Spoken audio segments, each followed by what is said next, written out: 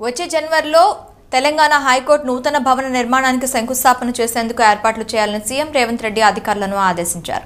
High court ప్రధాన న్యాయమూర్తి justice Alok Aradhe ప్రభుత్వ అధికారులతో మరి చెన్నారెడ్డి మానవ వనరుల అభివృద్ధి భవనంలో సీఎం సమీక్ష నిర్వహించారు.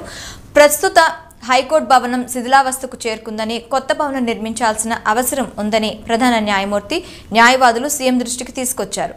రాజేంద్ర నగర్ పరిధిలో 100 ఎకరాల్లో హైకోర్టు నూతన భవన నిర్మాణానికి అవసరమైన నిధులు మంజూరు చేయాలంటూ సీఎంను కోరారు. ఇందుకు సీఎం రేవంత్ రెడ్డి సానుకూలంగా స్పందించారు. అలాగే కొత్త జిల్లాలో కోర్టు కాంప్లెక్స్ల నిర్మాణానికి కూడా చొరవ చూపాలని చీఫ్ జస్టిస్ న్యాయవాదులు సీఎంకు విజ్ఞప్తి చేశారు.